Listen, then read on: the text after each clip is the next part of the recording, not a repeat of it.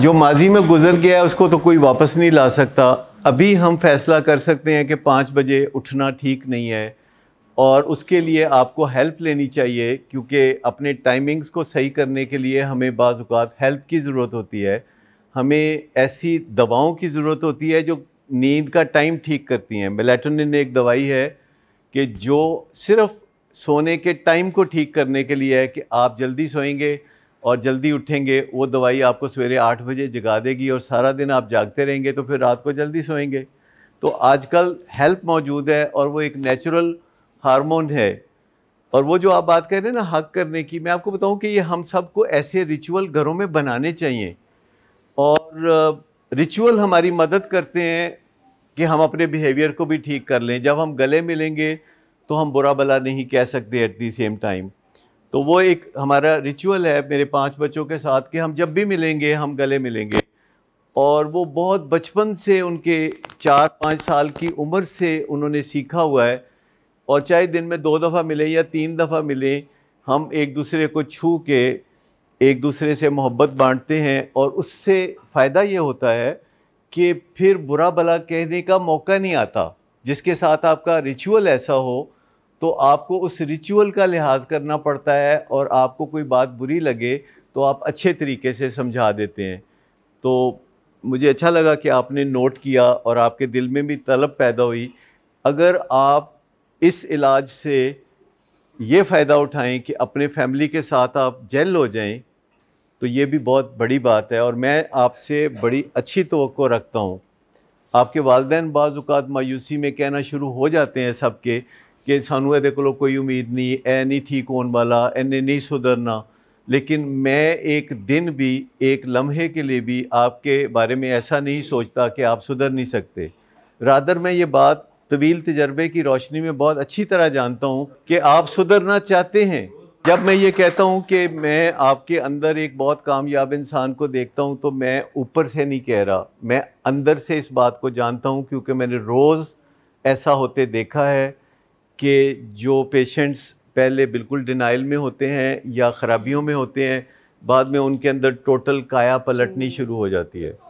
देखिए, अच्छी टॉक जो है उससे अच्छे नताइज की उम्मीद रखी जा सकती है। यकीन शायद ना हो, लेकिन बुरी टॉक से तो ना उम्मीद ना यकीन। अगर हम चाहते हैं तो हमें अपने बच्चों के साथ बात करते हुए एक प्रिंसिपल ज़हन में रखना चाहिए कि अगर वो बुरा महसूस करें तो अपने बिहेवियर के बारे में बुरा महसूस करें, ना अपने बारे में बुरा महसूस करें, ना हमारे बारे में बुरा महसूस करें। अपने जो बिहेवियर है जिसको आपने पॉइंट आउट किया है, जब आप कहते हैं कि रातों को तुम देर से आते हो, तो उनको ये लगे कि देर से आना बुरा है। फ़र्क बुरा नहीं है, या मेरा अब्बा बुरा नहीं है। दुनिया का हर अब्बा चाहेगा कि उसका बेटा शाम को मुनासिब टाइम पे घर आए, हर बीवी चाहेगी, बच्चे भी चाहेंगे कि मुनासिब टाइम पे घर आए। ये यूनिवर्सल ट्रूथ है। तो इस बारे में तो अच्छा लगना चाहिए, लेकिन जो बिहेवियर है कि रातों को देर से बाहर रहना, इसके बारे में उसको जल्दी एहसास हो जाना चाहिए कि ये बुरा है, और मैं ख़ुद भी बुरा नहीं हूँ, ये भी समझना चाहिए। क्योंकि अपने आप को बुरा समझने से शेम आती है, अपने बिहेवियर को बुरा समझने से गिल्ट आता है। और गिल्ट कहता है कि बदल जाओ, गिल्ट कहता है कि माफ़ी मांगो और तलाफ़ी करो और इजाफ़ी करो। हमें गिल्ट को प्रमोट करने की ज़रूरत होती है, शेम को प्रमोट करने की ज़रूरत नहीं है।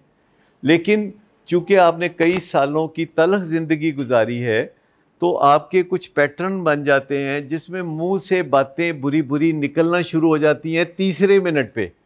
इसलिए मैं कहता हूँ तीसरे मिनट पे नहीं जाना। ज़्यादातर मैं वालिदैन को ये कहता हूँ कि तीसरे मिनट पे नहीं जाना। फिर इंसान के मुंह से ऐसी बातें निकलती हैं कि जिससे दूसरा भी दुखी होता है और इंसान ख़ुद भी दुखी होता है। और मैं रोज़ाना ऐसे माँ बाप के और औलाद के दरमियान पुल बनने की कोशिश करता हूँ, या ब्रिज बनने की कोशिश करता हूँ कि देखें, जब भी अपनी औलाद से आप बात करें तो 1 मिनट से ज़्यादा टाइम ना लें, यानी ऐसी बातों के लिए जिनके नतीजे में फिर लंबी लड़ाई शुरू होती है। 1 मिनट में आप बड़ी आसानी से अपने बेटे को बता सकते हैं किसी एक बिहेवियर के बारे में या 2 बिहेवियर्स के बारे में कि तुम रात को देर से आते हो, इससे मुझे बहुत कोफ्त होती है और मैं तुमसे वक्त पे आने की तवक्को रखता हूँ। इसमें कुल मैंने जो बात की है 10 सेकंड खर्च हुए होंगे। मैं फिर भी आपको 1 मिनट का मार्जिन दे रहा हूँ कि जिसमें आप तफसील से 20 सेकंड में बता सकते हैं कि तुम्हारे किन रवैयों से मुझे तकलीफ़ होती है और वो तकलीफ़ किस नेचर की है, मुझे गुस्सा कितना आता है, मैं अपसेट कितना होता हूँ, मैं अनॉयड कितना होता हूँ। उसको बयान करते हुए आपके चेहरे से नज़र आना चाहिए कि आप अपसेट हैं और आप एंग्री हैं। देखिए, ये सॉलिडैरिटी जो है उसके ख़िलाफ़ है। हर माँ कोशिश करती है कि अपने खामद तक मसाइल ना पहुँचने दे, वो हीट को अपने अंदर बर्दाश्त करके ऊपर जाने से रोकती है, पर ऐसा हो नहीं सकता। लिहाजा माँ बाप को आपस में एक पेज पर होना चाहिए।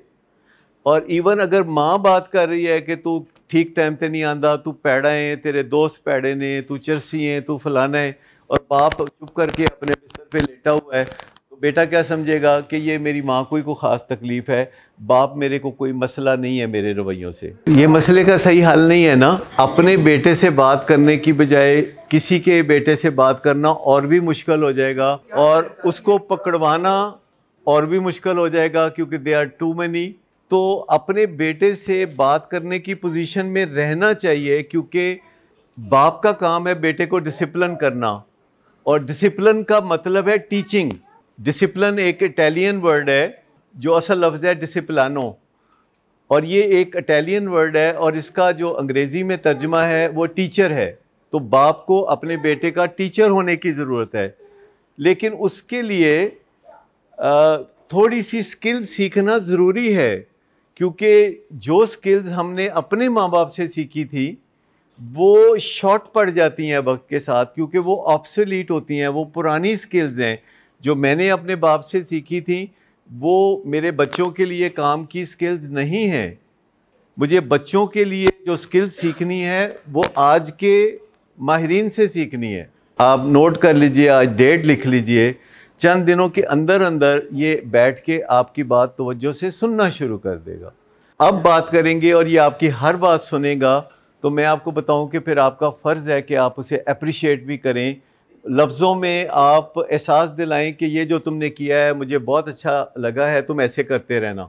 ये एक छोटा सा फ़िक्रा होता है जो आपने कहना है कि ये फ़लाँ चीज़ जो तुमने की है पहले बताएं कि क्या किया है जो कि आपको अच्छा लगा है। वैसे ही अगर आप वेल डन कहते रहेंगे तो उसको समझ कोई नहीं आएगी।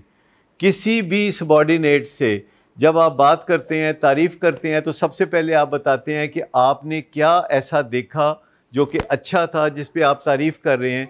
फिर आप अपनी फीलिंग्स बताते हैं कि you felt proud about it, या आपको हैप्पीनेस महसूस हुई, और फिर आप कहते हैं कि ये रवैया है जो मैं बारखा तुम में देखना चाहता हूँ।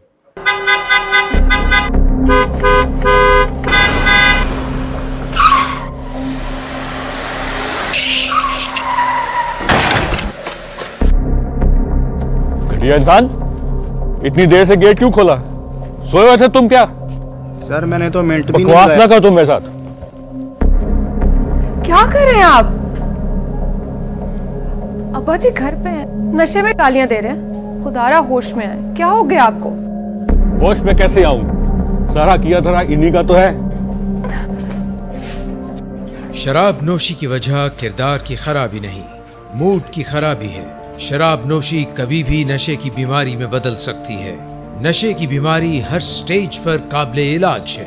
मदद हासिल कीजिए, क्योंकि वो ऐसा नहीं करेगा। विलिंग वेज से मदद हासिल कीजिए, कहीं से भी मदद हासिल कीजिए, लेकिन फौरी मदद हासिल कीजिए। जिस मुआवजे के इंतजार में आपने बहुत देर कर दी, अब वो दस्तक दे रहा है। मदद हासिल कीजिए, मदद हासिल कीजिए, मदद हासिल कीजिए।